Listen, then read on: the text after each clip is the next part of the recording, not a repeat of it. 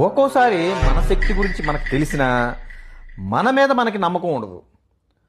అలాంటిదే ఈ కథ. అడవిలో ఒక నెమలి రోజు నీళ్ళల్లో తన నీడను చూసుకుంటూ ఆలోచిస్తుంది. నేను ఎంత అందంగా ఉంటాను, కానీ ఎగరలేకపోతున్నా. నా రెక్కలు ఆడించడం కూడా మానేసా. ఎలాగో ఎగరలేకపోతున్నాను కదా అని. ఒకరోజు ఉరుములు మెరుపులతో పెద్ద వర్షం. అడవిలో పక్షులన్నీ భయపడి చెల్లా చెదురైపోయాయి. వేగంగా వచ్చే ఈదురుగాలుల వల్ల చెట్టు కొమ్మ మీద ఉన్న నెమలి జారి కింద పడబోతుంది. ఆ భయంతో కింద పడకుండా ఉండడం కోసం మూసి ఉన్న రెక్కలను తెరిచి రెక్కలాడిస్తుంది.